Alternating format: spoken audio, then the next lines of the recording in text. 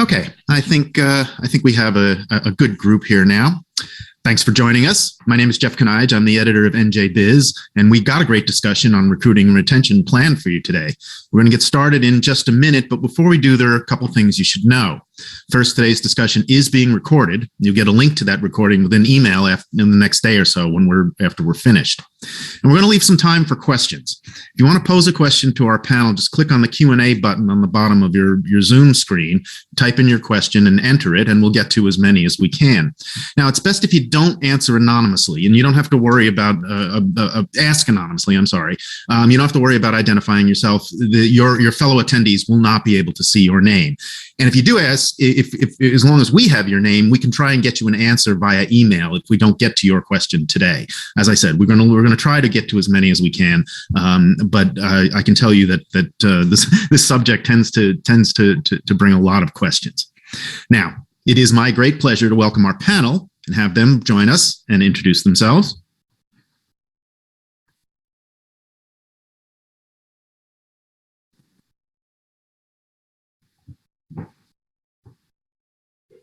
And I think we're all here now. Panelists, welcome. I'm going to go around clockwise on my screen, and we'll start with Manisha. If you could just tell the folks a little bit about yourself and why you're here. Good afternoon, everybody. My name is Manisha Subramanian. I am the local owner of Staff Edison and GA Rogers Edison. We're a local staffing firm doing temporary, temp to hire, and direct hire staffing. Welcome. Dolores? Hi, I'm Dolores Murphy-Williams. I am working with Integris. We are an IT company providing premium MSP services to various locations across the nation. Great. And David? Hi, good afternoon. David Pearson, Senior Vice President of People and Culture with a professional employer organization called Extensus HR. We're located in Woodbridge, New Jersey. And ultimately, our focus is advising and supporting clients on everything related to HR and HR matters. Okay. And Lynn? Hi, good afternoon, everyone. I'm Lynn Spence. I'm the Senior Vice President, Chief People Officer at T&M Associates. T&M is a consulting engineering firm. We are headquartered here in Monmouth County, New Jersey, but within 3 different regions, Midwest, Mid-Atlantic, and Northeast. I'm responsible for HR and marketing strategy, and I'm happy to be here today to join the panel. Great. And last but certainly not least, Paula. Hi, good afternoon. I'm Paula Ferrer, and I'm the New Jersey Office Managing Partner of Mazars USA LLP. We are a full-service accounting firm that helps clients of all shapes and sizes, and we take a hands-on approach to really being impactful in the current economic conditions. Okay, great. Thank you all for joining us. We really appreciate you agreeing to do this. What we're going to do is we're going to obviously talk about the issues of recruiting and retention in the context of what folks call and what we're calling the Great Resignation. It's a phenomenon that we're seeing, that we've reported on, that other media outlets have reported on extensively. It's a fairly well-known phenomenon about how difficult it is to hire and keep talented employees. And we're going to start. We'll go through the steps of recruiting, onboarding, and then retention. So, I think to start, to get into the discussion of recruiting, I'm curious as to get all of your views on just how bad the situation is. I mean, either from your own experience or from talking to clients or colleagues or peers. Paula, I'll start with you. I mean, what is the problem? What's causing it? How bad is it? And what is your experience? I think that, from what we've seen, it's just there's not as many, the talent pool is not as large as before. So the experience has been when we go out to marketplaces trying to differentiate ourselves a little bit more. But what we're seeing is where we would potentially get, a number of resumes, and there'd be a season throughout the year that we would see more resumes. That season is not as frequent. So we're not seeing the volume. And we're also seeing candidates looking for different things. So the candidates are really approaching the workforce a little bit differently than they did in the past. So we have to think differently. Okay. And Manisha, what are you seeing? So very similar to what Paula just said. The one thing is we don't see this as a temporary situation right now. We're in something what we're calling a sandsdemic. So a pandemic implies all people. A sandsdemic implies without people or not enough people. in that sense. So COVID is not the primary culprit of this, but there is a talent shortfall, and this is going to continue for the foreseeable future. Okay, and Dolores, again, are you seeing? Is you having a similar experience?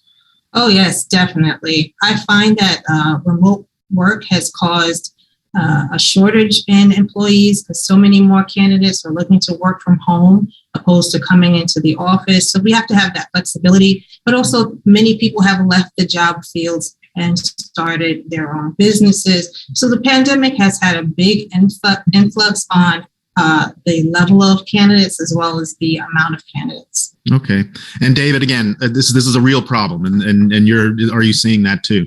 100%. And really to follow up on one of the comments that Manisha had made about the SANSdemic, there was a recent report that was out that specified about 77% of employers are really bracing for the upcoming years to be a challenge as well. And similar to what Dolores was saying in regards to people opening up their own businesses or the remote work environment, what are businesses doing right now? So without that clear vision, it is making a little bit more of a challenge.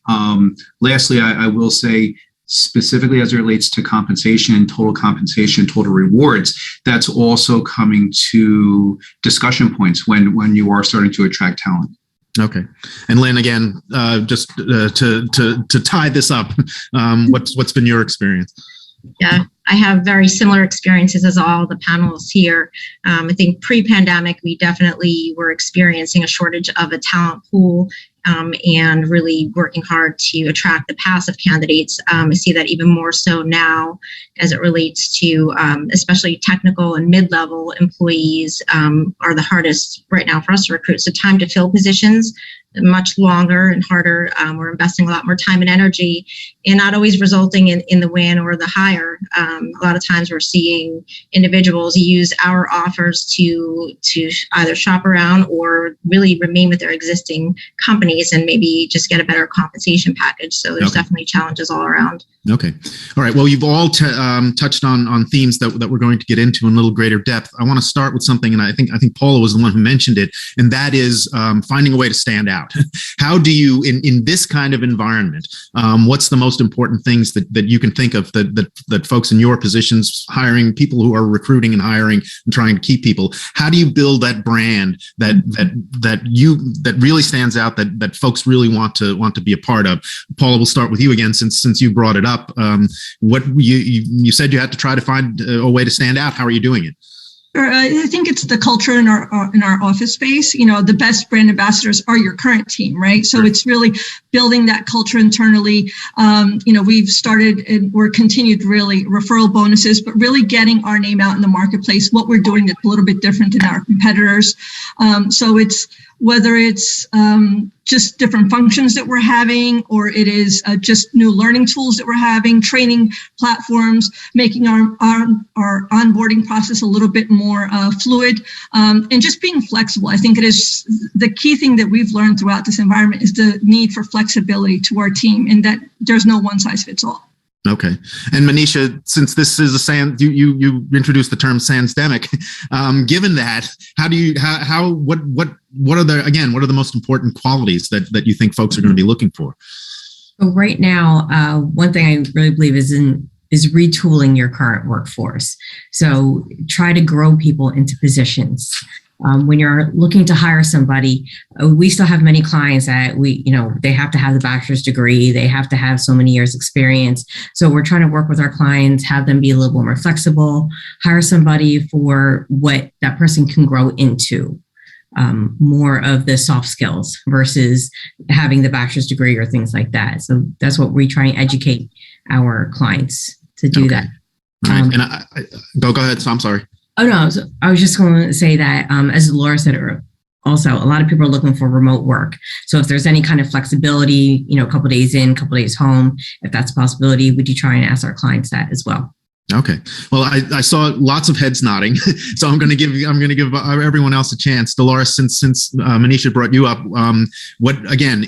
How do you stand out? How do you convince a rare bird, someone who's looking for a job? How do you convince them that this particular organization is the one that they need to go to? Well, we definitely have to recruit differently in this day and age. It's definitely listening to the employees, asking more questions. Why are they looking? What is it that they're actually looking for? Because we want longevity in each hire that we do manage to attain. So really asking those questions, recruiting differently, having a panel recruitment interview session opposed to setting up various different interviews. One, you kill time, you get a lot more questions answered in that session, and you're really honing in onto what's important to the employee, how do they fit into your culture, will they be a good fit, and a good fit is what makes longevity. Okay. And David, again, you seem to agree with a lot of what's been said and saying. Absolutely. I think what I'm hearing amongst the panelists is culture. And because that is one of my driving forces is people and culture, is building an organization that people want to come to, people want to work at. How do you do that? Open communication. I think that's really driven a lot of companies through the pandemic. And also, if you can get that message out to the public, whether it's through social media platforms such as Glassdoor, Indeed, Comparably, if you have the ability to achieve top places to work or anything along those lines, it starts to have some of your talent really take a look and say, okay, what are they doing? But now it can't just be words on a paper. You have to actually back that up with the programs that you put together, employee recognition programs, training and development, career succession, things of that nature. Okay, and again, as I expected, these themes are going to continue to come up as we go through here. But Lynn, I wanted to get your views on this topic too, particularly with regard to how to do this during the pandemic. Yeah, absolutely. Employer branding, we spend a lot of time on that. Our HR marketing teams actually meet regularly together to talk about strategy and how do we attract and really get our brand recognition out there. I think everybody hit on the culture piece, understanding who you are first. And then it's a candidate's market. Candidates are really making their decisions and doing their research before even meeting with you as it relates to, is this type of company I want to work for? What do they represent? What are their values? So ensuring that, all the things that we are doing as a company, our values and the programs that we have, that we are finding strategic ways to communicate that through social media, our website, newsletters, attendance at conferences. Our employees are our biggest brand ambassadors. So highlighting and profiling our employees and having them tell the story of what it's like to work at T&M or your company is really the biggest way. Employee referrals are our largest source of referrals for hires here, which speaks volumes about a culture when you have employees recruiting for you. And then really social media and utilizing those platforms to tell your company story and show exactly, as David was mentioning, the actions behind the words and how we are contributing to our communities, how we are advancing our employees' careers, how we are just overall what our mission is for our organization. Okay. Now, you said a couple of, you actually all said some version of culture and communicating that message. So what I'm hearing is that a lot of people should be involved in this, is what it sounds like. I mean, if you're, as Lynn and a couple of other of you said, your employees are your best advertisement. It's not just a recruiter who's going out there and talking to people. What I'm hearing is, and correct me if I'm wrong, but that this is really something that involves a lot of different people across disciplines in a company. Paula, you're nodding, so let's get your views on that. Sure, because I think it's something that I've seen really differentiate in the last year. It's when we interview, and I think somebody else had mentioned it's really a panel interview, right? It's where before you would have their direct report, who they'd be working with, interviewing them. Now we have, somebody of HR, somebody that would be on their level, somebody a little bit higher level, so they could see the whole organization. I think that's important because I think it is a buyer's market, the candidates market. So we want to make them want to come work for us. So you have to be able to show what you're doing, not only from a learning environment, but from a culture, and really showing that it's a place that they would want to work there. Okay. And anybody else? Again, are there certain people who or certain sorts of positions who should absolutely be involved in this? And is it possible to have too many? I mean, David, Dolores, Manisha, talk to that for a bit about who should be involved and whether there's a whether you can overwhelm people at a certain point. There is always that element where you can overwhelm somebody. So if this is an employee market, you want to be very thoughtful in how you do go about the interviews. Is it a panel interview? Make certain that people are prepared to ask the specific questions. Obviously, the hiring manager, the supervisor does need to be involved in that as well. But as you look at that panel that's having these discussions, or the individuals that are having these discussions, make certain that it's diverse in background. Make certain that it's not hiring the exact same person over and over again, because there is that potential to run a risk that right. You're going to have a homogeneous culture, which again is not something that a lot of, especially in this area, a lot of employees want to work with it. Okay. And again, Manisha and Dolores, again, who should be involved? How many people should be involved? Are there certain key elements that you think should go into this?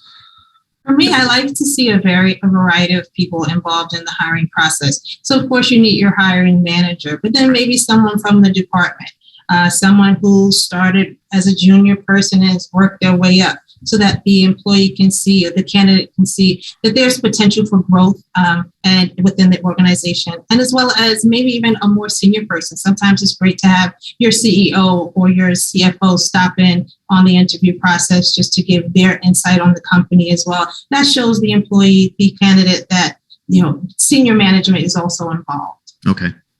I'm sorry, Manisha, go ahead. That's okay. Just to piggyback on what Dolores said, I would also decide on who's interviewing this person and decide who's going to ask what questions. One interview may be a little bit more technical, one may be a little bit more behavioral. So just make sure everybody is not asking the same questions to the candidate over and over again. And this way, when everybody comes together to talk about the candidate, everybody can kind of decide who is the right fit for that job. Okay, so there's some planning involved in here, right? I mean, you just don't sort of send people out there and hope for the best. You want to go into this with a plan. I'm imagining, Lynn, is that right? Yeah, absolutely. And I would even take it a step back at the sourcing piece of this, right? It's not always our talent acquisition partner or recruiter who's reaching out to the employee, the passive candidate initially. We try to see their network, who they may be linked in with within our organization, who might have some common interests or professional organizations that they share, and begin the outreach that way, so that sometimes candidates are more receptive to responding in that respect. And then as it relates to the interview process, as you learn more about the candidate and what matters, so we have various committees here at TNM, the D&I committee. So if diversity and inclusion is a passion and something that a candidate must be a part of, we'll engage one of the committee members to be part of the next conversation, or to link them up to have a conversation. So I think it's being adaptable and understanding the candidate, and then being responsive so that you can show that your organization is a place that they would want to work. Okay, so the plan needs to shift depending on what you're hearing. Yes. Yeah. Okay. All right. I'm curious as to, now it's sort of a practical question about how you do this during a pandemic. I don't know how much in-person interviews have been going on. My sense is not very many, just from out talking to business owners and C-suite executives, that most of it is being done in a format like this. What level of complexity does that add to the process, and how much more difficult is it to convey what you want to convey, and B, to get what you need to hear from the person? David, you seem to be interested in particular in this question. Absolutely. So I think there's two key aspects to it. It's agility and be forgiving. So a lot of these interviews are taking place whether it's in somebody's home and the dog is barking in the background, whereby rewind the clock a couple of years ago, that would be, nope, I'm not moving forward with this candidate. Right. So really having that ability to be agile with the location. And then also from a technological standpoint, everybody's operating off of different systems. I can tell you the video conferencing systems that I use right now has to be 6 or 7 at this point. Sometimes I don't know up from down. So preparing, letting the candidate know this is the format and the forum that we're going to be utilizing to have the discussion, so you're not necessarily catching them off guard. And if they happen to hold that interview in their car, that's okay, because they're trying to get out of a noisy environment. Okay. So you need to be, again, flexibility. You can't be so rigid as to expect someone to come in a suit and tie and be ready to go. Again, a couple of you have touched on the question of diversity, and I'm curious as to how that plays out in this environment. As difficult as it may be in normal terms to go after, to identify maybe some non-traditional communities and to get out there and deal with and try to bring that kind of diversity to your organization, because research has shown that diverse organizations tend to perform better financially. I mean, and there's an expectation among workforces now that it's not just going to be a homogenous group. How much more difficult has that been to reach folks to again those non-traditional communities, maybe where you haven't been recruiting in the past?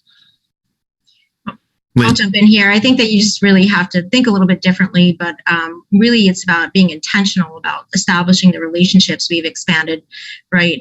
Career fairs now, they're all done online through Handshake or other types of platforms, but connecting, we've extended beyond to HBCUs and establishing relationships, even through our foundation, offering scholarships, and creating a brand recognition within those communities, so that you do have, people do know who TNM is and want to talk to us about opportunities. Professional Organization Society for Women Engineers, being involved and active, right? Again, and showing that it's not just words for us in terms of wanting to diversify our population, but supporting and making, changes in our process and the way we approach and the relationships that we build to expand the diversity of our workforce. Okay.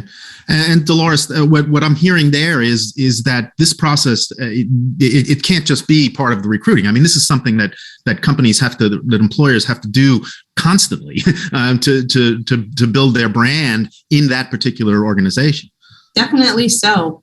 We have to look at diversity. Not only do we all not have to look alike, but we don't have to have the same educational backgrounds as well. Working with your local community schools works well. You have a lot of different talent in the communities, colleges, opposed to the 4-year degrees, and using those resources to branch out and grab talent is also very helpful. Here at Integris, we have a program, Apprentice IT, where we partner with the local community colleges for IT staff. We're helping younger students branch into the IT world a little earlier than they would because they're still in school, but getting that experience, getting that exposure. And we're also helping the community as well as the university, but also ourselves as well. We're getting great talent that we're working with from the beginning, and we're molding and building into great employees. We have some that have been with us for as long as 3 years already. Okay. And Manisha, are there certain channels that you feel are most useful to reach those kinds of communities? So I agree with what Lynn says. You need to be intentional about recruiting a diverse pool of candidates. I do think that this way of working has made it a little bit easier, because if you're open to remote work, you don't always have to recruit people from the same town or the same city or surrounding areas. So you can reach across the country. We work a lot with the workforce development. We work with a lot of different other nonprofits and like that to try and put people out to work. So this is a great time to work with different kind of agencies to get a diverse population. Okay. Now, I've heard a lot about how what an employer should do to sort of sell themselves. I'm curious as to whether any thought goes into what the competition is like, because if there are 3 or 4 companies recruiting the same person, I imagine you kind of got to think a little bit about what those other people are saying. Am I right about that, Paul? I absolutely, and I think that it is what do we do that makes us stand out? So not only thinking about what somebody else may be offering, but what are we doing that is different? Okay. But also I think it's important that it can't be at the same pace that we did 18 months ago, right? We have to act a little bit quicker. There's a lot of people out there looking for candidates, so they're reacting very quickly. So where in the past we may have taken, a few days to a week to get back to somebody, I don't think that time exists anymore. I think that we really have to be very quick to turn around our feedback and to have some of these intentional meetings afterwards to make sure that we get these candidates in on time. Okay, so if nothing else, you've got to be quick on your feet, Linda. Is that the lesson here?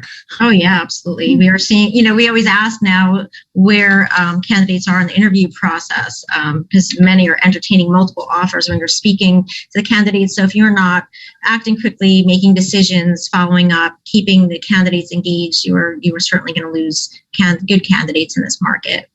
Okay.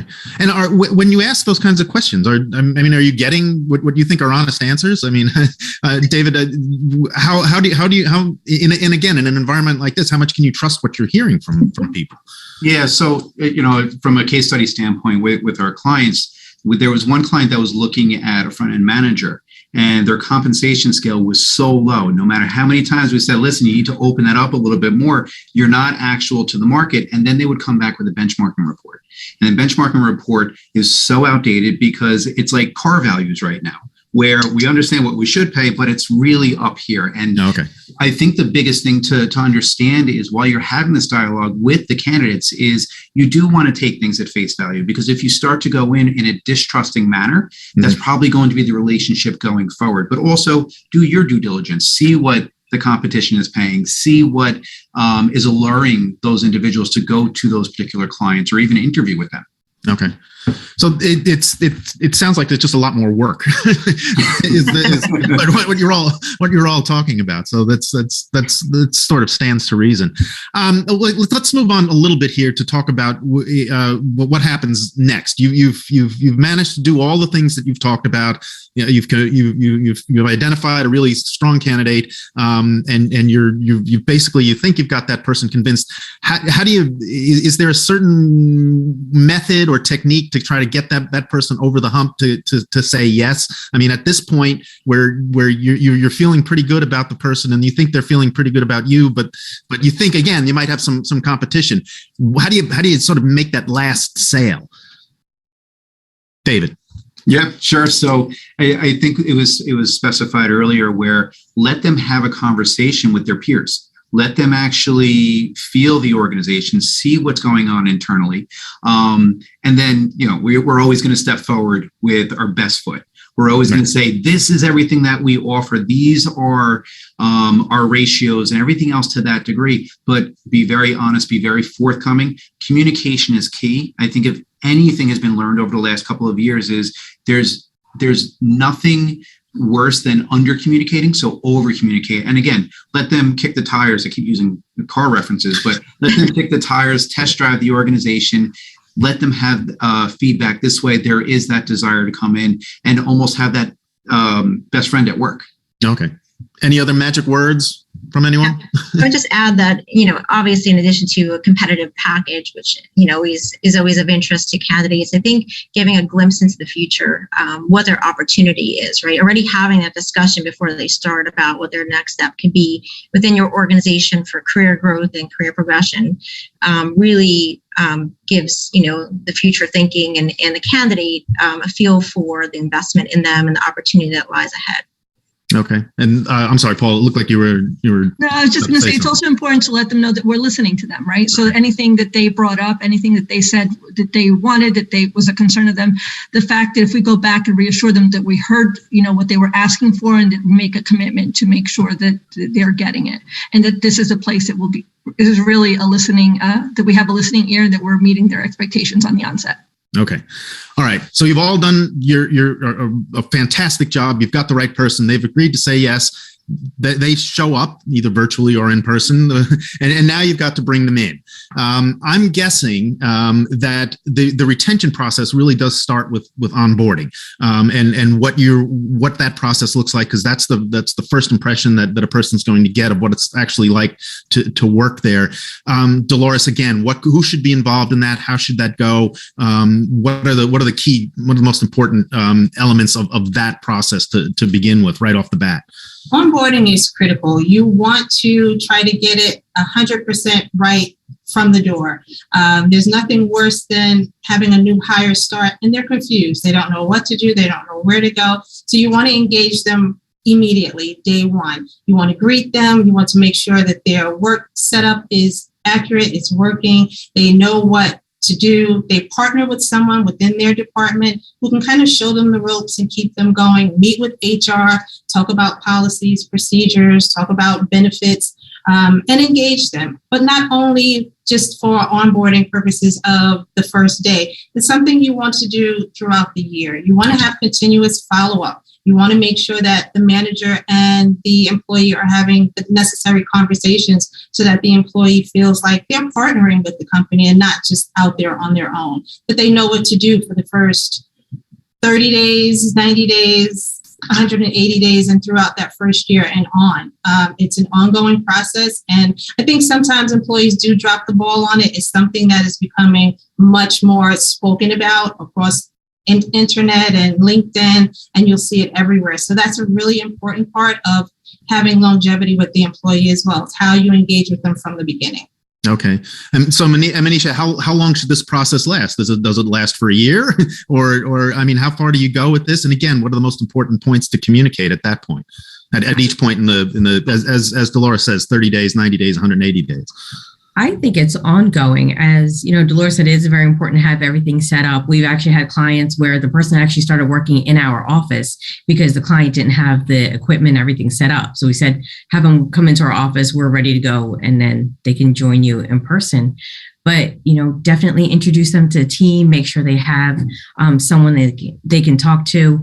A lot of places are using online education now. So about using the systems and things like that, you don't always have to have one-on-one training. You can have an online university that they can reach out to if they have any questions about how to use an application or things like that. But I believe it's a constant, check-in with people nowadays. You can't just really leave that person alone for an extended period of time. Okay. Again, Paula, how does this go with when you're involved or when your firm is involved? What are the most, again, who's involved and what are the most important points to get across? I think that it's, pretty much everybody's involved, right? It's important is to make the connection. So on the onset, Dolores said it very well, with HR, you have the IT, making sure that technology is correct, making sure that everything's there, but the follow-up is important, right? Having a buddy that's a resource for them at all times so that they feel like that they have a connection there, that they have a resource that if anything goes wrong, they have somebody they could reach out to, as well as following up, I said before, listening, right? So having a 30-day check-in, maybe a 90-day check-in to say, this is what we heard in day one. Are we meeting that? But also listening to any other concerns that they may have along the way, making sure that they're building those connections and they're feeling heard. Okay. And David and Lynn, again, jump in with your observations about how that process should start.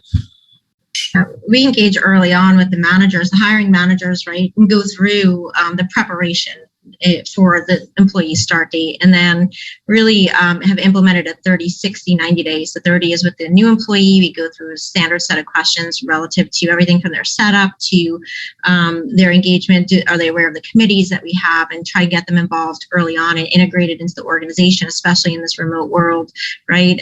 You start your first day and you're behind your computer by yourself. So ensuring that there's connection points. We did new hire virtual meetings throughout most 2020 and first half of this year. We brought communities of new hires together, as well as our CEO who did a fireside chat and things like that, to really just integrate them into the organization. 60 days usually with the manager to assess how are they doing? Are they meeting expectations? If there are challenges, let's be engaged here. And the 90 days between the manager and the employee. And then from there, we have touch points throughout and ongoing. Okay. And David? Yeah, so we revamped our entire onboarding experience to now so our organization right now is hybrid. We're in a couple of days a week. It depends on A days, B days, everything else along that line. So what we do is we don't allow the departmental hiring manager any access to that employee for the first week, because we want this employee to come on board, understand the systems that they're working on, understand our core values, understand our mission, our vision, give them a lot of great experiences to know who we are, and it starts to build that culture right from the get-go. Then after that, and it took a while to get to that point of saying, okay, hiring manager, you cannot have access to this employee that you've been waiting for so long. Right. But the feedback and success has been fantastic. We've shortened the timeline here and there, so it might go down to the 3 days, might be the 5 days. But the way that we really measure success is, yes, everybody wants them to come in on day one. But if they come back day 2 and they come back week 2, I think that things have progressed greatly there. And then really to just echo everybody here, having that constant follow-up, having that consistent follow-up, whether it's every week or every 30 days, 60 days, 90 days, employees really need to be guided and shown that they have the support from the organization in whatever role that they take on. Okay. Lynn mentioned something that I actually experienced. So starting a new job, and what they do is they sit you down in front of a computer, and then you don't hear from anybody for like an hour or 2 hours, and you're wondering, what am I doing here? What are some of the things that folks need to avoid?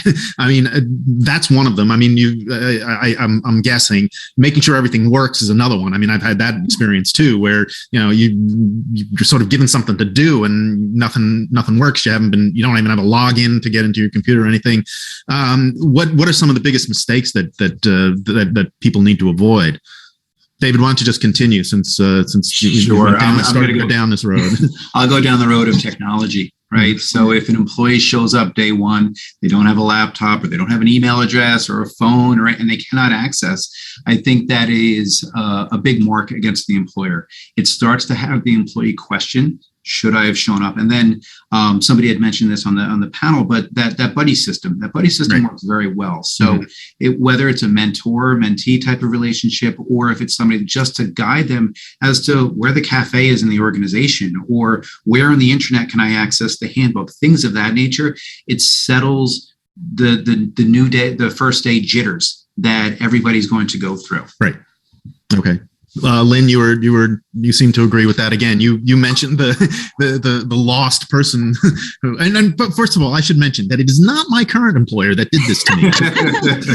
I know that they're watching, so this is years ago. So yeah, Lynn, when we went virtual, remote, we really started to work with the managers in advance of the employee starting. What does their first week look like? In addition to the orientation and the trainings and all the requirements that are we give for the first couple of weeks, what type of work, who are we going to pair them with as a buddy or a mentor as well in the group, and what does their first week look like, so that they actually have to think about that before the employee just shows up, and then they get busy or sidetracked and they forget that the employee needs work. So I think that engaging in that and preparing in advance is a key part to allowing the success, and we learn that through experience of failures where people maybe just started and didn't really have a lot going on, or didn't really know the direction, or their manager was out on vacation that week, or they were out in the field, or something of that nature. So preparation is really key. And then, like I said, pulling them into various committees. Early on, we have Toastmasters, things like that. We can just send invites to HR. It really extends those invites to various committee meetings and things of that nature. So at least they have some connection and introduction to other people in the organization who they might be more comfortable asking a question to as well.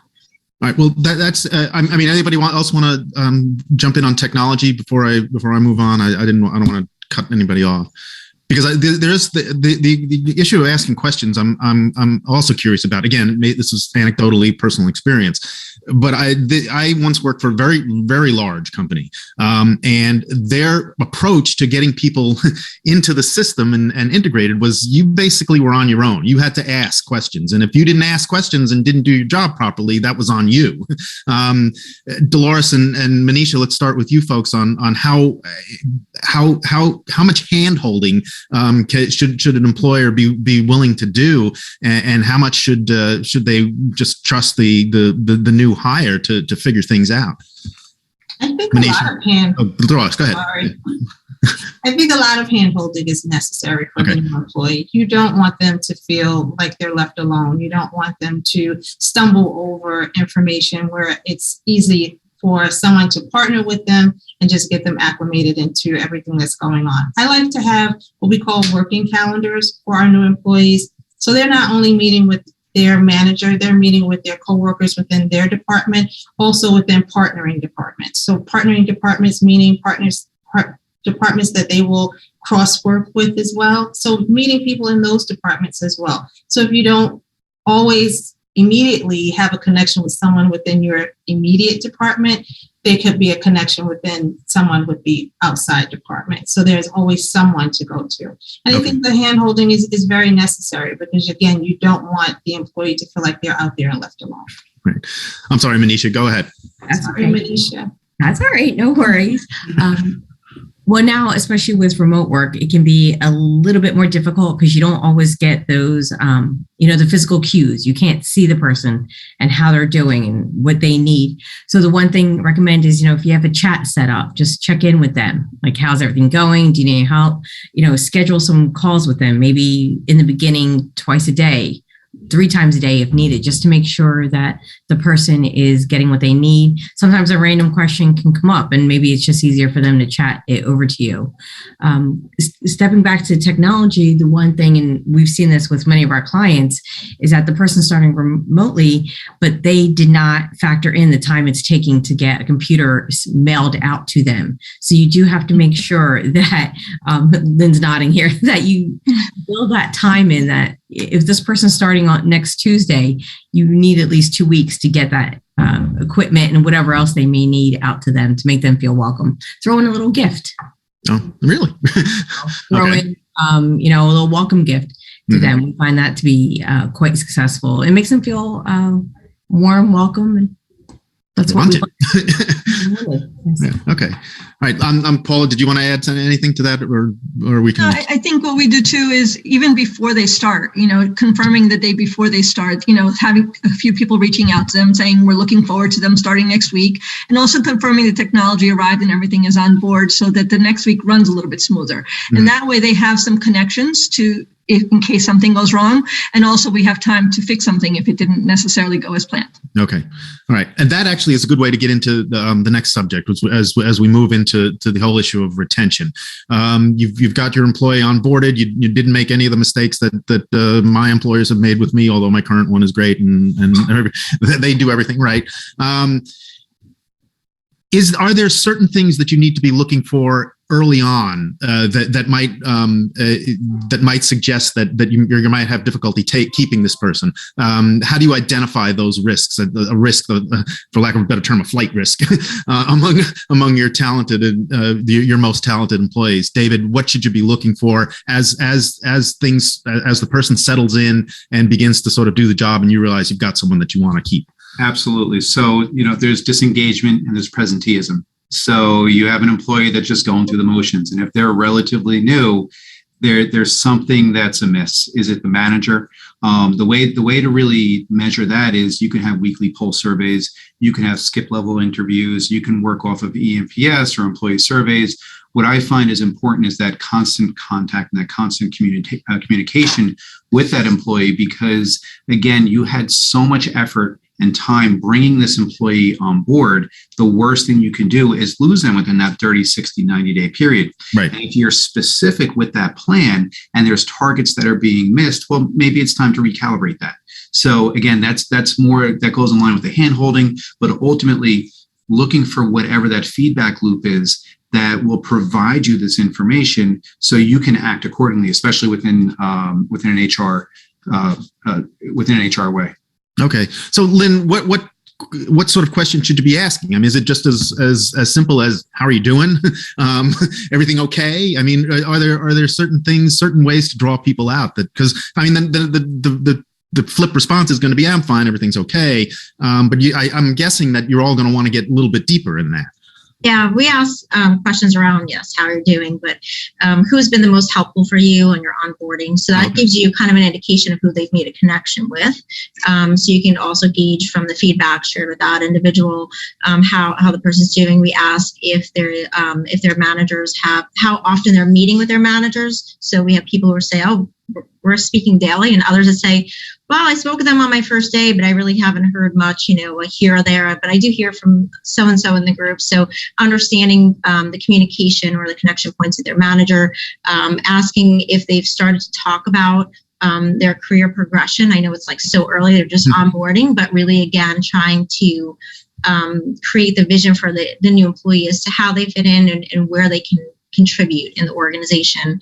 So we have kind of standard questions along those lines that we approach it from different. And then we do a recap. So those are conducted by HR and my team, and they really do a phenomenal job gauging. It's amazing the information that a new employee will share. They just have nobody to talk to sometimes about certain topics. And it could be as simple as, not getting their monitor on time, or it could be, an issue they're having with a particular program or lack of direction. And we follow up the manager sometimes or kind of intervene to help ensure that there's a resolution so that we can really build momentum from there. Okay.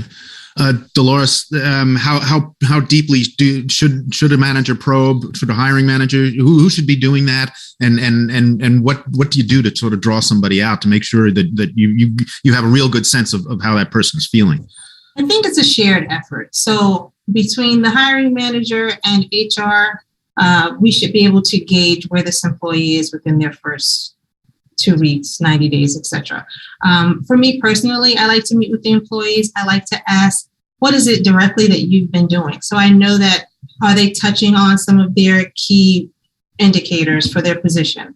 Are they communicating with their manager? Are they meeting other people? Also to gauge their excitement. Are they still excited as they were from day one? Or do we find, a little bit of pushback or a little bit of hesitation? And that way we can address those areas early on. I think that's really key. You have to communicate. Communication is key, and I don't feel like there's ever too much communication. It's reaching out, it's keeping them engaged, and it's tackling on even the smallest issue. I have an orange highlighter. I really like to use yellow. Get some yellow highlighters. It's little things like that can make a big difference. And it shows the employee, yes, I care, I'm concerned about what you're doing, and I want to see you succeed. Okay. Manisha, anything to add to how do you make sure that you've got someone who's content and isn't secretly looking on Indeed to find out their next position? Say just have fun. Make it a nice work environment that people want to come to. Don't micromanage. Like I order luncheon for my team at least once a week.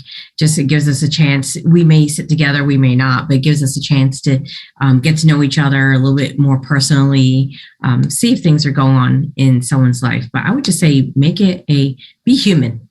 Don't take the human part out of recruiting and just treat people the way you want to be treated. Okay. Now, I think it was Lynn who mentioned someone not seeing a manager for a week, or maybe David, someone on vacation. Paula, how does Mazars train managers not to drive people away? I mean, how do you make sure that the folks who have the most direct supervisory contact with someone isn't turning them off and creating a problem? Well, Manisha just said it. You treat people how you want to be treated, right? So you engage as a team. You make sure that they're listening to the feedback that we're getting. And you have to be intentional. We talked about on different levels of being intentional about diversity, but it's also intentional about wanting to retain somebody on your team, making sure that the person is getting the work that they enjoy, is liking the people they're working with. It's feeling heard. So it's not as technical. So when you talk about training managers, I wouldn't think it's from a technical component. I think it's really from a personal component, a connectivity, and really, Dolores said it, there's never too much communication. So be always open and receptive to what you're going to hear, and let's act on it, right? So we can't just hear it and ignore it. I think we have to have actions with the feedback that we're getting. Okay. How useful are employee surveys? Those those just sort of mass emails where you're asking for a variety of different questions. How useful are they in terms of giving you feedback, David? I mean, has that gotten better over the years, or is it something that just isn't personal enough? They have to be thoughtful questions, and they can't be plentiful. So if you think about when you receive a questionnaire from wherever, you want to be able to hit on a couple of points, provide your feedback, but also give the ability to give that text feedback. So again, internally here, we hold weekly pulse. We have an anonymous suggestion box. So there's that anonymity that's there for any employee to bring forth any concern that they might have. I look at this data constantly, probably ad nauseum, to make certain that there aren't pockets of issues. Let's say it's from a manager's perspective. I can get in front of a mass exodus. I can really start to work from that standpoint. But really, to answer the question, employee surveys are very, very positive, so as long as you just don't collect the data and then don't do anything with it. Okay. Lynn, you agree with that?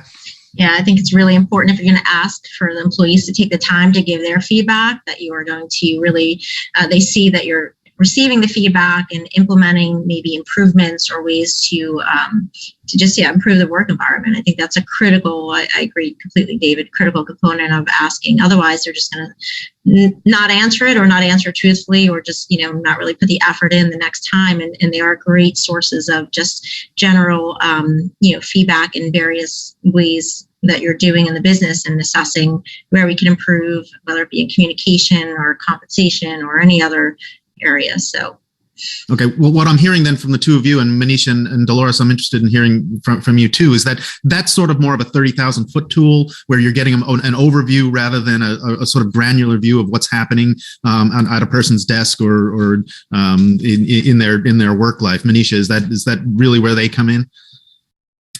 Definitely. I mean, I agree with what you said. I think that you just really, really need to stay in touch with your teams. Now more than ever, make sure everybody is, make sure it sounds simple, but you have to make sure everybody is happy. They need to be performing, but you need to make sure that they're enjoying their work and everybody's doing what they need to be doing. Okay. Now, one of the most granular points of contact between a manager and an employee is an employee review. Dolores, what are some of the most important components to something like that? Is it always in person? Must it always be in person? Is there other sorts of what is sort of the state of the art now on how to begin that process? Again, with the idea of we want this person to stay with us, and there may be some room for improvement, but overall we want that person to stay. I think performance reviews are still really important in the workforce, especially today. Again, communication, you can never have enough. You want to make sure that you're not only doing like a 90-day or an annual, but performance should be done year round. That communication should stay open. Goals should be set and determined, and making sure that employees are meeting those goals, have the tools to meet those goals. If they have any questions, it opens the door for a lot of communication between staff and management, and also just guidance. It gives a lot of guidance on how to succeed in your position and how to stay happy in your day-to-day duties. Okay. And David, I'm interested in hearing your views again on what the state of the art is and what's the best way to use an employee review in this context? Yeah, so I think that was very pointed, Dolores, where you were saying that this should not be the first time that the employee is hearing that performance feedback. So if it is on that annual basis, nobody should be leaving that meeting completely surprised. It's a review. So whether it's on a weekly basis, your one-on-ones, or just overall, there's trending OKRs or missed OKRs, whatever that particular component is. So take that information. How can you develop? One of the things I always like to speak about is there's wins and there's opportunities. So there's an opportunity to develop, not necessarily a weakness. So if you start to add that positivity into it, an employee is also going to view it that way, but you have to provide them the tools and support to get them to that next stage and that next level. Okay. And Lynn, you're again, how do you come down on this question? Yeah, I mean, I think we really take the approach of it being a forward-looking conversation, right? We definitely have opportunities to recognize, and we know where employees are throughout the year meeting expectations or not. We have a lot of KPIs that are used within our organization, but overall, I think using that opportunity in a formal conversation or a one-on-one for a dedicated period of time to really look ahead. I keep talking about career progression, but really laying out the opportunities, right? The strengths, where we can align the employee's strengths with the opportunities in the organization to grow and to learn and to grow in their careers. So I think that that's really the take that we do on our annual reviews, if you will. They're not necessarily a look back. There's a little bit of a recap, but there's really more a look forward, goal setting, support, as Dolores said, ensuring that they have the tools they need to be successful, and continuing that dialogue throughout the year, check-ins and things of that nature. Okay. And is career progression and the idea of trying to move people along and help them grow in their career, is that part of this discussion, or is that something separate? Paula, how does Mazars handle that? The notion that you want to encourage people to continue to get better at what they're doing and to take on more responsibility. I think it's part of the discussion, right? It's part of the review process, the engagement, whether it's annual or it is just on a recurring engagement. I think it's important to give them the feedback. You're doing this really well. Do you like it? Do you want to continue to do, these type of engagements? But also asking them what they like and what they don't like. So here, you like this type of work, but let's improve your analytical skills and let's offer some trainings, right? And some so they see that you're personally vested in their growth and development. Because if they see that you're caring for them and you're really looking forward to their growth, they're going to have more buy-in to really be part of the organization. Okay, that's an interesting point, because I have talked to CEOs about the training issue, that companies aren't just passive players in this notion of trying to keep if more skills are necessary and technology is becoming a more important part of day-to-day work, that you need to, Manisha, you need to keep people up to date on what they need and make sure that they have the skills that they need. Yes. Right. It's a continuous learning. As Paula just said, you want to also, in a performance review, you also want to get their feedback as to, you can't manage everybody the same way. So you need to speak to the employees, see how they want to be managed, see what they like, what they don't like, sign them up for either internal continuous education, or there's so many places now, so many online universities, they can go for accreditations, for career advancement, for a degree. So definitely that would be a good total awards package if you do offer something like an advanced degree or CE, things like that. Okay, we're coming up on the hour, and I do want to get to the questions, because we have quite a few. But first, I want to get back to something that I think David and maybe Lynn touched on earlier, and that is the issue of compensation. We talked about it in the context of recruiting. David, what goes into a good compensation strategy when you're trying to keep people?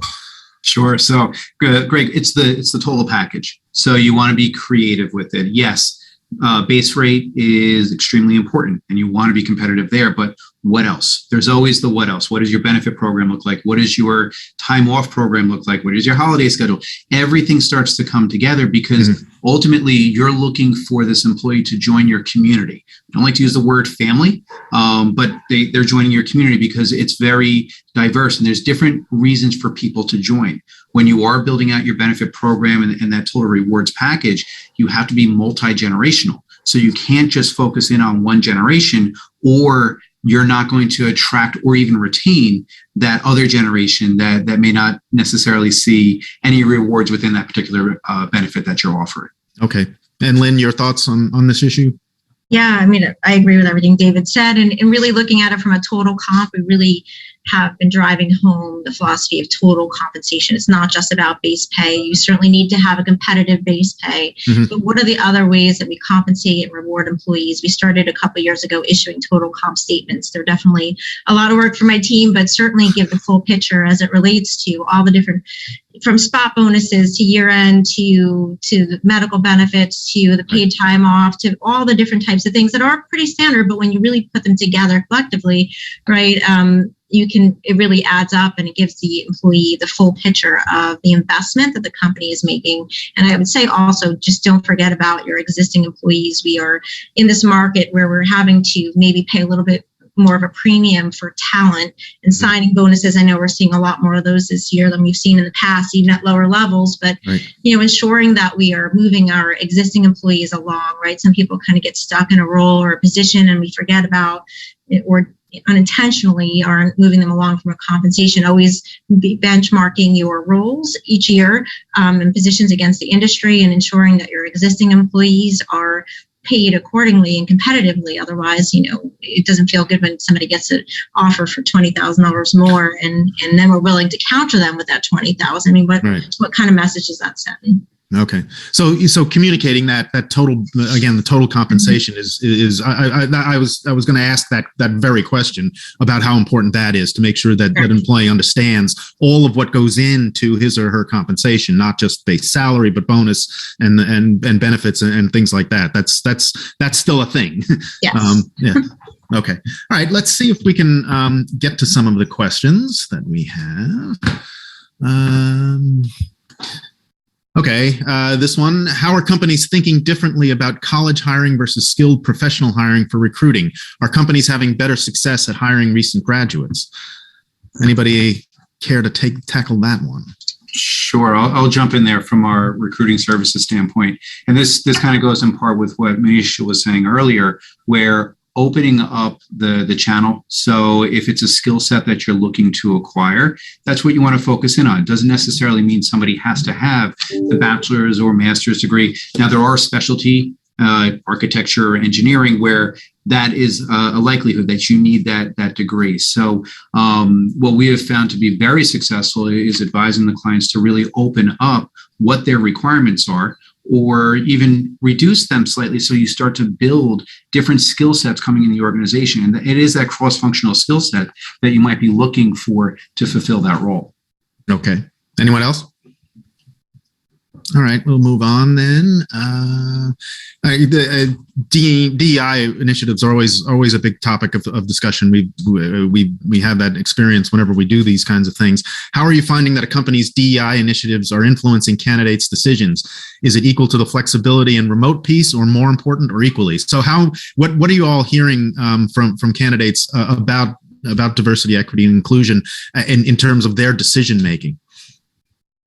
It's becoming more and more important to candidates and even clients. They're asking about your diversity, your social responsibility. They want to see it on your website. And it's a good thing to post because it gives the world the opportunity to see, I'm not only looking to build a business, I'm looking to help communities, I'm looking to be a socially diverse employer.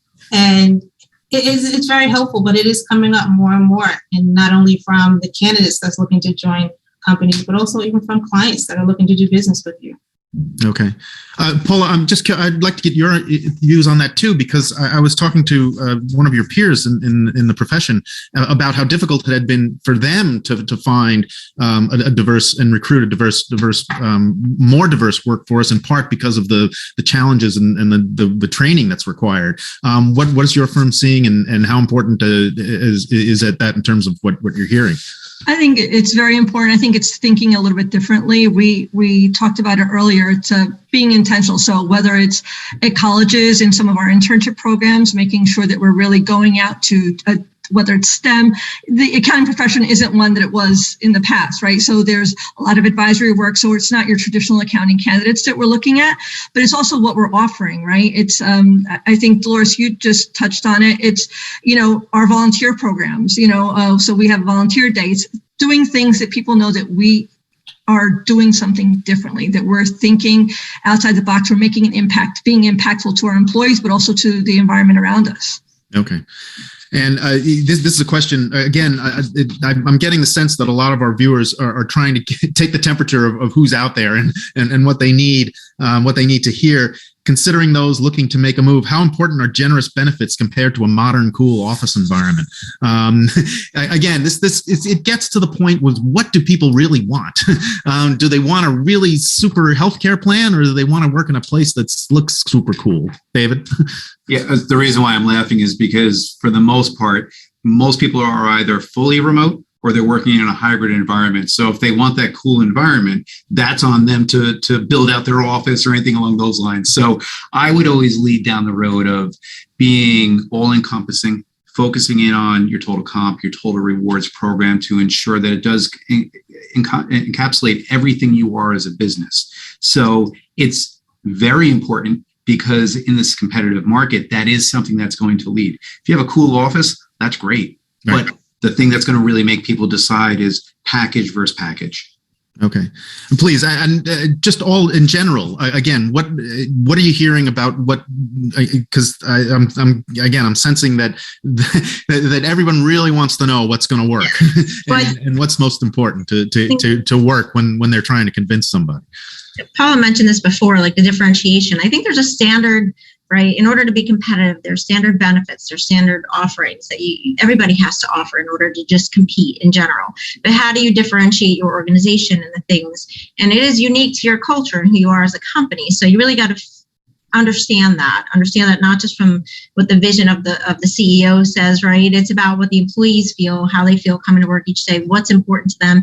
It's so individual, right? Some people, benefits are much more important than base compensation. Others, it might be, I really want a flexible work environment. Somebody is like, I really want to be in person. So having that, the variety and being able to be adaptable and open, providing competitive benefits and pay, continuing to understand the market and the trends. That's a big thing, right? And understanding what it is to continue to compete for talent, and ensuring that everything you're doing is aligning with your culture and your values as an organization. And then, I think individuals then choose where they want to be and what organization they want to work for. Okay. I think sometimes for a small business or a smaller company, it can be a little bit more difficult to compete with these generous compensation packages that bigger companies can afford. So small companies, you just have to think a little bit different.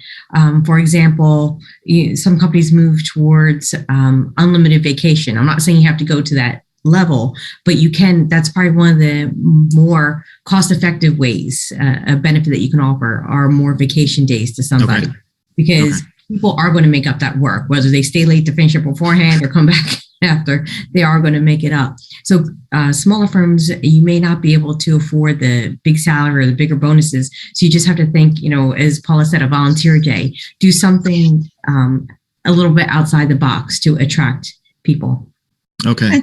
I think it's important there's no one size fits all, right? We all have different things that fit for different people. It's important to just be listening to what our team is saying, what the candidates are saying, what our current employees are saying, and, try to accommodate to the best possible. As long as we're all working together to try to get to the common goal, that's what we want. So it's important that, we're not so structured and rigid that we can't accommodate some of these things and some of the requests and some of the comments that our employees are saying. Okay. Now, this is another compensation type question. Attracting and retaining hourly workers is a challenge for manufacturing, distribution, logistics companies. What can be done? I mean, we've mostly been talking. I think the assumption has been we were talking about basically salaried workers. What for those companies that are paying hourly employees? What are the most important things that they need to keep in mind? Go ahead, David. Yeah. I would say don't wait until your annual merit increases. Be very in line with what the market is offering, because those are the individuals that will leave for $2, $3 more per hour, especially if they just started today and they have to wait an entire year before they see any type of cost of living increase or anything of that like. So it's really looking at what your policy is right now, taking a step to the side and making certain that you are within market rate. Okay. Anything else from anyone on the hourly issue? Because I know I don't want to give short shrift to those employees. So I agree with what David said. We place a lot of hourly employees at client sites, and you can't offer the work from home. You have machines and production lines that need to run. So number one, the hourly compensation is very important to them. But secondly, look at the work environment. Are they getting enough breaks? Maybe bring in lunch for them. Do things that make them want to come to work, that this is a place that you may not be able to compete on against, in Amazon at, $18, $15, $19 an hour. You may or may not be able to. So again, you have to think of different things, more breaks, bringing in lunch, have, a fun day, let pets come in, just different ideas you have to be able to bring to the table. Okay. And there's another question regarding how much more work all of this is. With attrition high, how do you expect people managers and even HR to accomplish all these extra hand-holding techniques being so short-staffed? I can sort of see where what we're talking about might be a problem out in the real world. How do you do it, Lynn? Yeah, you get the question. That's a really good question. It's definitely a lot more these days. I think that just ensuring, again, I think it's about building the culture, setting the expectation. Our people managers are responsible, first and foremost, for their teams and their people, right? We all have delivery of performance expectations, but making sure that we're partnering together. And I think that's the biggest piece of it, right? Your leadership team is partnering together to really kind of have a team approach. I think that, and buy-in on programs or things that you're putting into place so that they're supported, I think is key. And just having a team, I'm fortunate enough to have great teams on the HR and marketing front that work together really well, help one another out, even if it's not exactly in their lane. That doesn't exist with our group. So, we kind of learn from one another, pitch in when it's needed. And, sometimes you do rely upon your partners across the business to really do their part or support in respect to their responsibilities. Okay. Yeah, like I did say before, it is a team effort. It can't rely on just the hiring manager or just HR. It has to go across the board. Also, Zoom and these video chats is one good thing that did come out of them. You have quick Zoom calls. It can be a team Zoom call. It can be a one-on-one Zoom call. And it's just keeping that communication going. Okay. And shouldn't this? I get where this person is coming from. Everybody feels short-staffed these days. But isn't this really sort of an investment? I mean, don't you really? If a couple of you have said, you don't want you finally succeed in recruiting a really good candidate. You don't want that person walking out the door in 30 days or a month or two. Should companies just sort of consider this an investment and hire the people that they need to do this? David? Yeah, yes. Yeah. Okay. Absolutely. And kind of going back to what we were saying here is it's shared responsibility. Culture isn't just driven by HR. It's driven at the top. It's driven at the bottom. It's right in the middle. It's across the board. So what's important for any HR professional is time management and delegation. So you can oversee the particular function, but you don't necessarily have to do it. And I think that's where, yes, resources are important. Budgets are extremely important as well. Kind of, bringing that into play also. But in order to succeed and make yourself an employer of choice, these are areas that you have to be very pointed on and very structured. So for HR success or an HR professional success, those are really going to be key elements. Okay. Okay. Again, another trying to take the temperature regarding that sense of urgency with the recruiting process. I have applicants who, after a week, will reapply for a role because they haven't heard anything. Is this ambitious, showing interest, or just impatient? How do you respond to these? I guess the question is, how much do you have to put up with? should you be willing to sort of you see a help wanted ad saying no phone calls. They don't want to be bombarded with people and emails and calls. But Manisha, given how difficult it is out there, how much of this kind of thing should employers be willing to put up with? Well, you can also set an auto replier if you'd like. So Okay. when somebody does apply for your job, they get an automatic reply that, and if they really do want to talk to you, you put your phone number in there and they can pick up the phone and call. But otherwise, that will hopefully limit the person applying over and over again. people just want to be heard. They don't want to feel that their application is going into a black hole, which a lot of companies unfortunately can give that impression. So auto reply is huge. Or if you just take an hour at a day and go through the applications. Right now, everybody's having problems finding people. So maybe you don't have an opening for this person today, but you may have something tomorrow, or a company that may be looking for this person. So help network that person into a job. Okay. Anyone else on that issue on just how much you should be willing to put up with? I agree with Manisha 100%.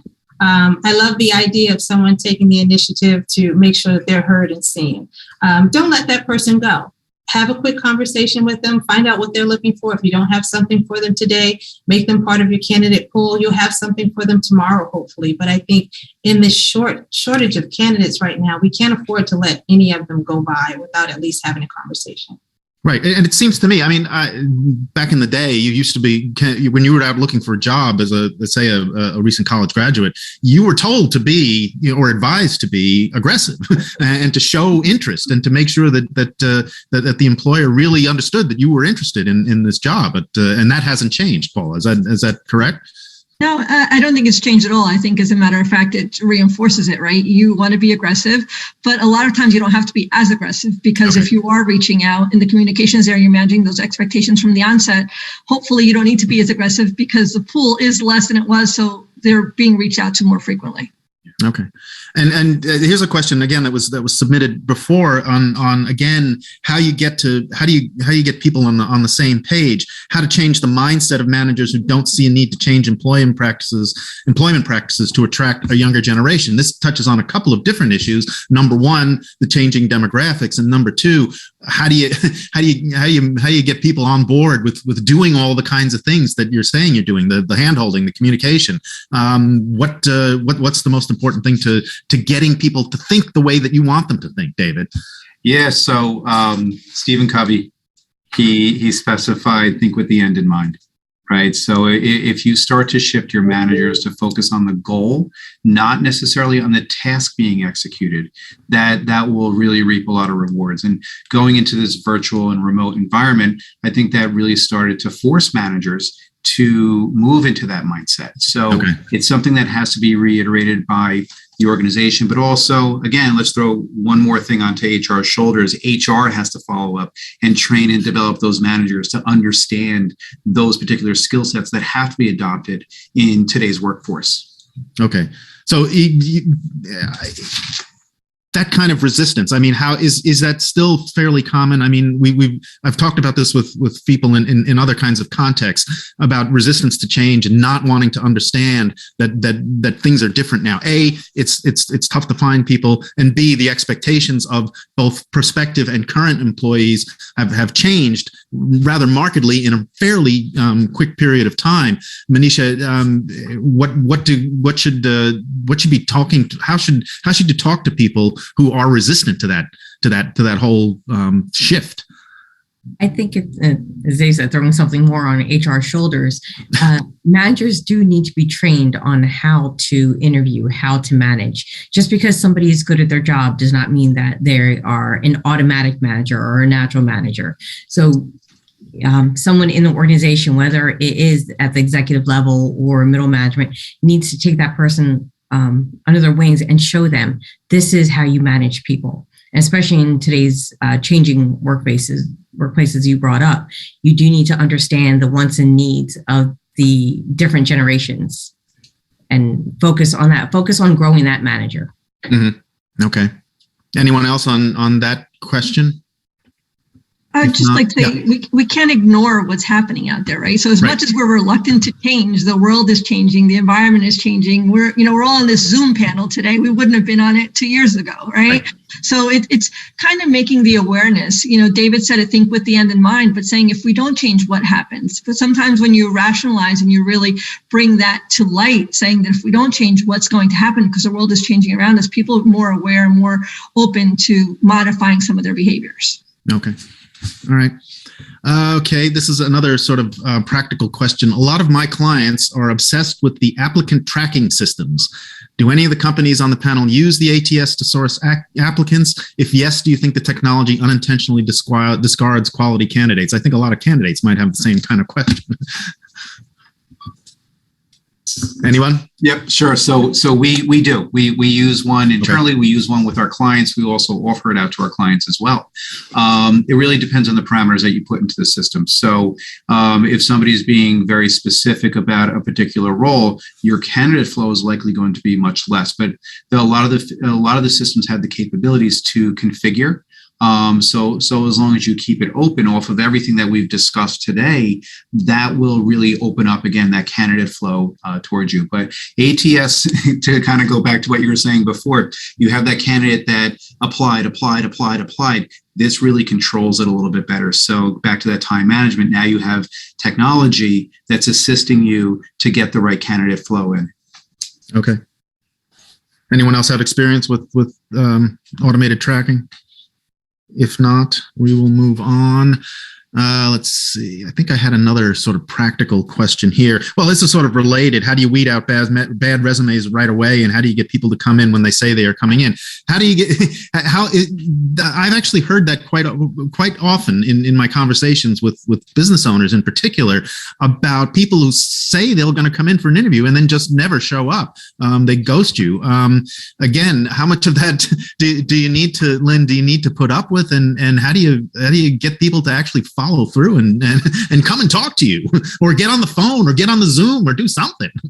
I think that's definitely outside of our control, right? I mean, I think if we can engage with the candidates, set up interviews if they don't show up, and they're not responsive or following up to say, offer a reason why they didn't show up. I mean, is that really somebody who you want to come and work for you in your organization? And so I think that it's tough, but I don't think you sacrifice the quality of the candidate, just to fill a position. So there are definitely things outside of our control as it relates to. We do have a tougher time now in this market getting people to be as timely in their responses, but we kind of gauge those and use our judgment as it relates to how frequent is that happening. Are they, what are they bringing to the table? How can we, how would we benefit with them as an employee, and make just determinations based on a case-by-case basis. Right. Does anyone have a sense for how frequently that does happen? I mean, is this now a common thing that Manisha? Yes, you're hearing that a lot. Dolores, yes. Yeah, I'm hearing it more and more. We've experienced it here at Integris ourselves. I think it may have something to do with the open remote access, where people are not only applying to local positions, but they're applying to national positions now. The opportunities are so vast that, if something comes along that looks better, okay, I'll ditch this interview and go on that one. I think that one looks better. It's going to offer me more remote work, or, whatever they're looking for. So we do have a tougher time with that now. Okay. Manisha, same thing for you? You're experiencing the same, you're seeing the same thing, hearing the same thing?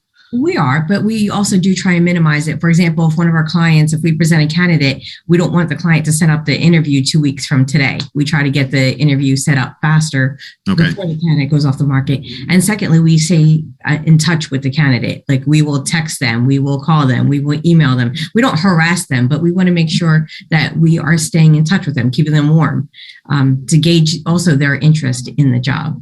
So we use different technologies to stay in touch with our candidates.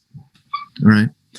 Interesting that Dolores brought up the whole question of national market, because we do have a choice of a question that was sent in earlier about relocation.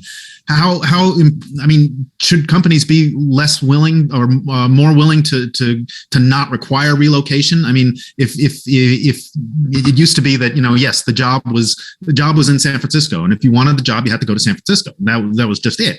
But I think the expectation is that it doesn't have to be. You can do a job that's sitting in front of a computer every day from Kansas City as easily as you can from San Francisco.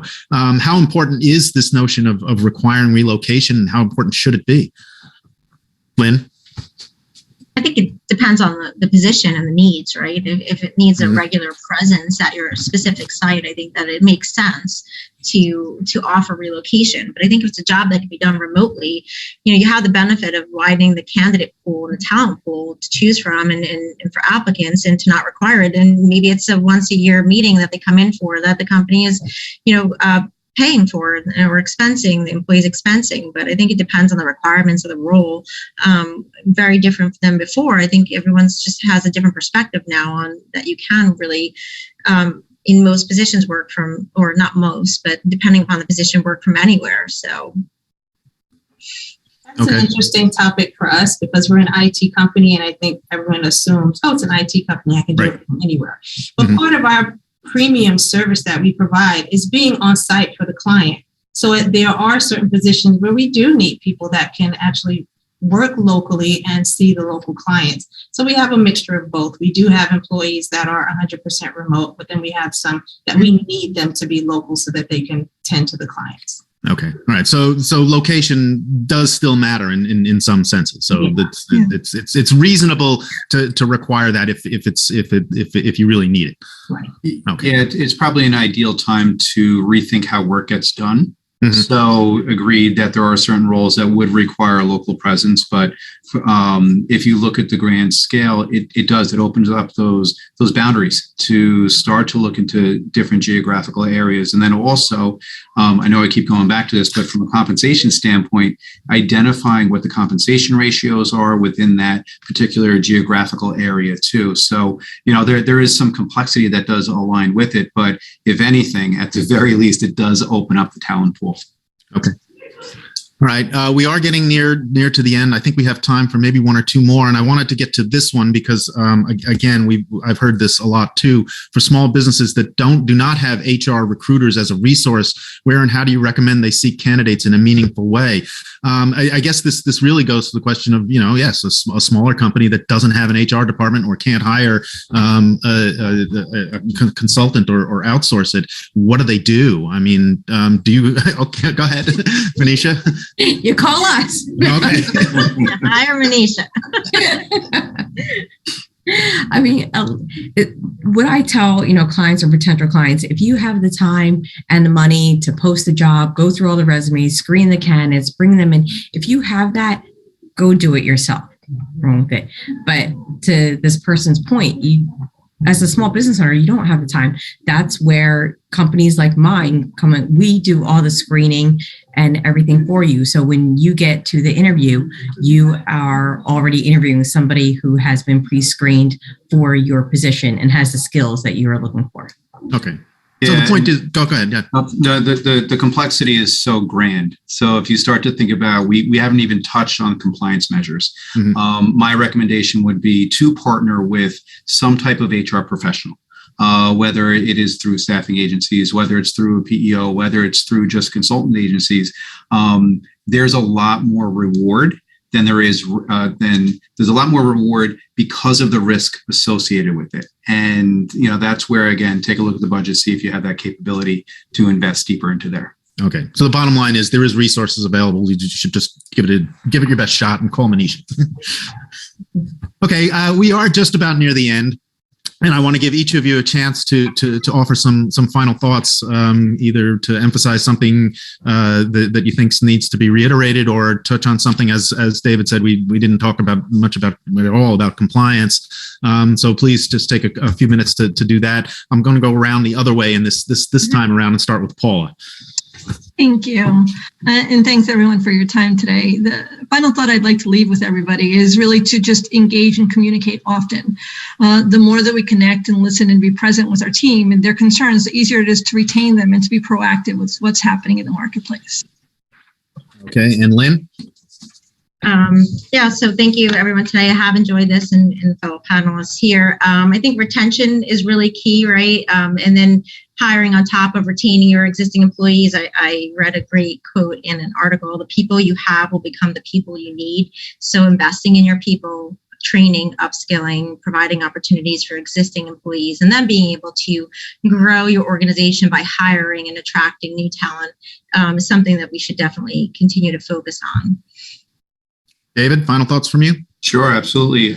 Adapt. So take a look at what you were doing and what you need to do in order to get in front of not only attracting talent, but retaining that talent. Lynn, that was a great quote. I think that's fantastic because it's 100% true. No business out there overhires. No business has significant amount of resources at their fingertips. So if one person turns over, 2 weeks is not enough time to find that replacement and to train them and get them going. So, so ultimately, be agile, be adaptable, and be a very important place to work at.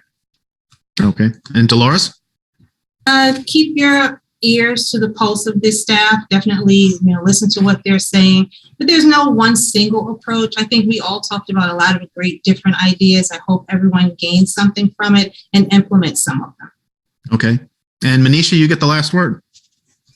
So, well, thank you, NG Biz and everyone for being here today. The one thing I just want to part is this is not a temporary problem that we are in. This is a long-term issue that we're going to be having. So I know we touched upon a lot of different topics today, but it is something, whether you're a business owner or HR or in the C-suite or middle management, you need to be looking at this long-term and what steps you're going to take to combat this problem that we're going to be in for quite some time. Okay. I think you're right. I think we could have done an entire discussion on each of the three elements, recruiting, onboarding, and retention that we talked about. Thank you, Paula Ferreira, Dolores Murphy, David Pearson, Lynn Spence, and Manisha Subramanian. That's a great discussion, and I think we'll be revisiting it. As always, we'll have full coverage of today's event on njbiz.com later and expanded coverage in our next print edition, which will be dated December 6th. And remember to look for the recording link when it comes in your email. Thanks for watching. Until next time, stay safe, everyone.